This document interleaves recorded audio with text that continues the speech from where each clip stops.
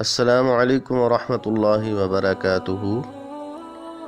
آج ہم بات کریں گے استخارہ کے متعلق۔ سب سے پہلے استخارہ کیا ہوتا ہے؟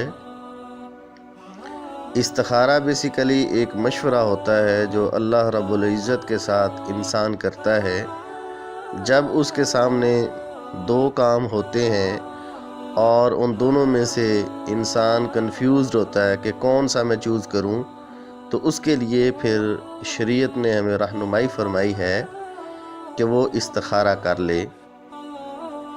استخارہ کا اسلامی طریقہ یہی ہے کہ سب سے پہلے انسان اچھے طریقے سے وضو کرے، اس کے بعد 2 رکعت نماز ادا فرمائے، اور اس کے بعد ایک دعا ہے ہاتھ اٹھا کر وہ دعا مانگ لی جائے۔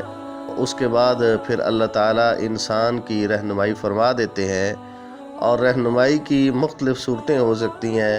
ہو سکتا ہے خواب کے اندر اس کو کوئی اشارہ مل جائے، اور اگر بالفرض اس کو خواب کے اندر اشارہ نہیں ملتا تو اللہ تعالیٰ حالات ایسے بنا دیتے ہیں کہ جو کام اس کے حق میں بہتر ہوتا ہے اللہ تعالیٰ اس کی طرف اس کی رہنمائی فرما دیتے ہیں۔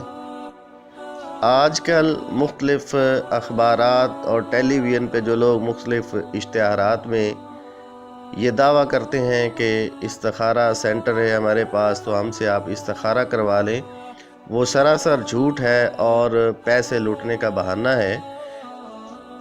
آئیے اب ہم آپ کے سامنے استخارہ کی دعا جو ہے وہ ہم پڑھتے ہیں، اور اس کے بعد پھر ترجمہ بھی اس کا پڑھیں گے۔ اعوذ باللہ من الشیطان الرجیم، بسم اللہ الرحمن الرحیم۔ اللہم انی استخیرک بعلمک واستقدرک بقدرتک واسألک من فضلک العظیم فإنک تقدر ولا اقدر وتعلم ولا اعلم وانت علام الغیوب۔ اللهم إن كنت تعلم أن هذا الأمر خير لي في ديني ومعاشي وعاقبة أمري فاقدره لي ويسره لي ثم بارك لي فيه، وإن كنت تعلم أن هذا الأمر شر لي في ديني ومعاشي وعاقبة أمري فاصرفه عني واصرفني عنه واقدر لي الخير حيث كان ثم أرضني به۔ صدق اللہ العظیم۔ یہ صحیح بخاری کی کتاب الدعوات میں ہے اور حدیث نمبر 1162 ہے کہ جب دعا آپ پڑھ رہے ہوتے ہیں تو جہاں پہ لفظ حاضل امر آتا ہے وہاں پر جس کام کے بارے میں آپ مشورہ کرنا چاہتے ہیں اس کام کا آپ نام بھی لے سکتے ہیں، بلکہ لینا چاہیے۔ اس کے علاوہ استخارہ آپ 1 دفعہ کر سکتے ہیں، 2 دفعہ کر سکتے ہیں، 3 دفعہ کر سکتے ہیں، اور 3 دفعہ کرنے کے بعد آپ مطمئن ہو جائیں، جو بھی آپ کام کرنا چاہتے ہیں آپ اس کو کر گزریں، اور اللہ تعالیٰ آپ کے دل میں اس کے متعلق اطمینان جو ہے وہ ڈال دے گا۔ اب اس کا ہم ترجمہ پیش کرتے ہیں۔ اے اللہ، میں تیرے علم کے ذریعے سے بھلائی مانگتا ہوں، تیری قدرت کے ذریعے سے قوت چاہتا ہوں، اور تجھ سے تیرے عظیم فضل کا سوال کرتا ہوں۔